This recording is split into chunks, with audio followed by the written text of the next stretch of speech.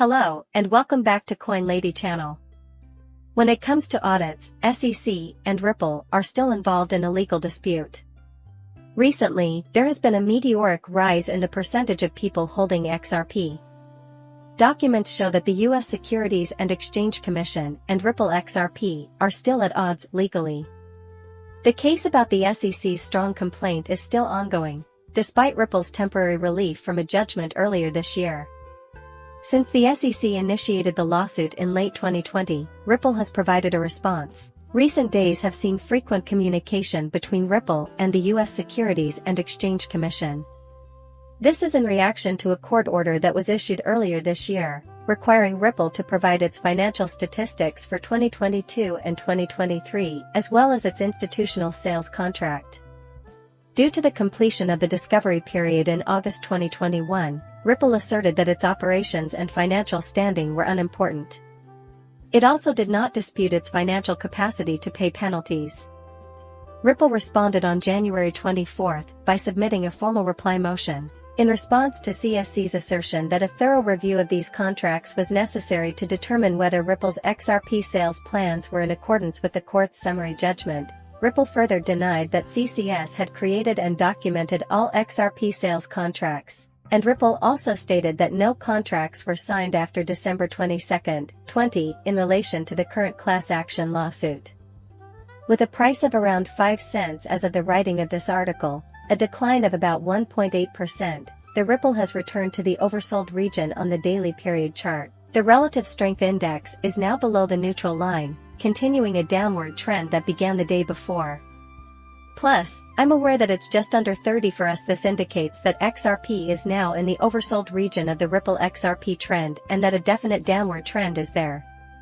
According to the TradingView, there was a consistent daily trend of new XRP holders entering the market. At the moment that the whole amount of Ripple XRP holders' emotion was evaluated, more than 5 million holders were in circulation as our research was underway, according to the trend we discovered. This demonstrates that asset holders continue to be attracted to and engaged with XRP, and the continuing legal conflict between Ripple Labs and the U.S. Securities and Exchange Commission, even if the assets are now facing hurdles. Crucially, despite no discernible rise, the number of holders has not diminished noticeably. Regarding the reply letter that was received from the Securities and Exchange Commission, Ripple maintains that it contains significant factual errors. A week before, the American fintech company had moved to dismiss the SEC's request for additional financial data analysis as unreasonable and to assert that the Commission had ample time to collect all pertinent documents from Ripple Labs' perspective in the XRP sales contract dispute. According to Ripple, the request was supposed to be honored in September 2023, and the crux of the legal conflict that has arisen as a result of the SEC's accusations is the CCS's demand for audited financial records and the presentation of contracts on Ripple's XRP sales. Therefore, it was rejected. Similar concerns were voiced by Ripple, who said that unique circumstances meant the case didn't qualify for an interlocutory appeal. Ripple emphasized that, contrary to CCS's assertion, all XRP sales contracts had been disclosed and obscured. Contracts dated after December 22, 2020 are not a part of the current class action lawsuit. According to the court's summary judgment ruling, Ripple maintains that these contracts are critical in determining the probability of future breaches. Following a comprehensive review of the CCS and regulatory goals, this evaluation will be conducted. On the other hand, according to the CEC, in order to determine if Ripple's planned XRP sales are legal, a thorough examination of the institutional sales contracts that were completed after the complaint was lodged is necessary. The Securities and Exchange Commission is arguing that previous case law mandates taking defendants' wealth under account when deciding the severity of penalties, contradicting Ripple's assertions that their financial situation has no impact on potential fines.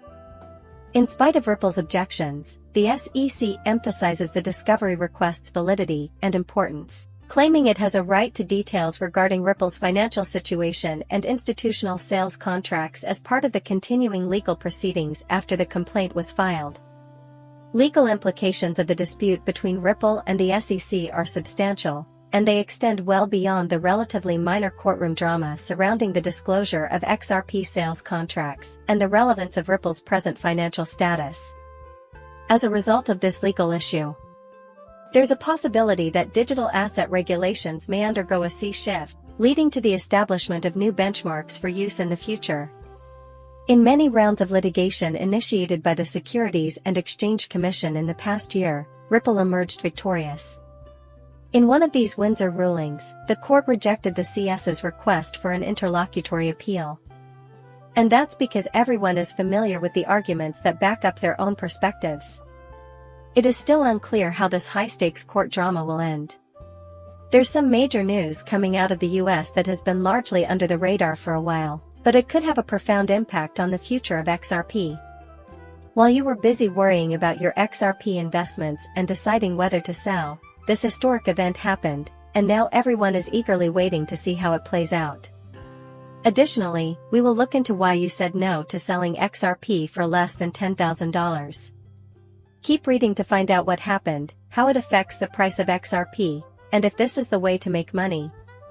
Ripple Labs CEO Brad Garlinghouse will definitely be at Davos for the World Economic Forum this year. The company sponsored the event in the past, but whether they will again is anyone's guess. In all likelihood, Brad Garlinghouse was present and may have had a significant part in the AI, albeit this is guesswork. His interview subject was important because it may have revealed Ripple and XRP's goals for the future of the cryptocurrency and its acceptability, particularly in the United States and other major financial centers across the world. I won't lie and say that I fully understood the conditions. I was just as skeptical as many others. Therefore, I reiterated XRP's detractors' claims without checking them out fully. Regardless, there are instances when working closely with political entities is perceived adversely. It's clear that Stellar has secured a substantial contract with the government. One major issue for XRP, though, is the Securities and Exchange Commission, SEC.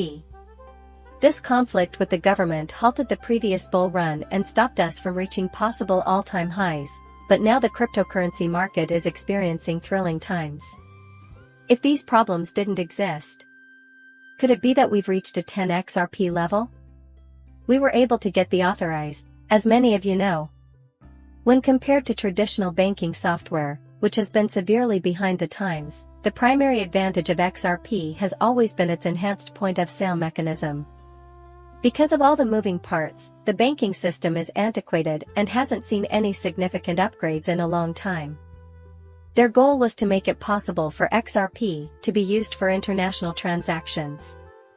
Banks would be compelled to retain XRP in order to conduct transactions through a complex point-of-sale system that they would develop. Imagine if there was a global reserve currency for this. But there was a major problem with the first software versions of Ripple. Although they were fast and new, the catch was that banks who used them didn't have to settle transactions or XRP covert. This was a huge negative because it meant less XRP needed for banking operations.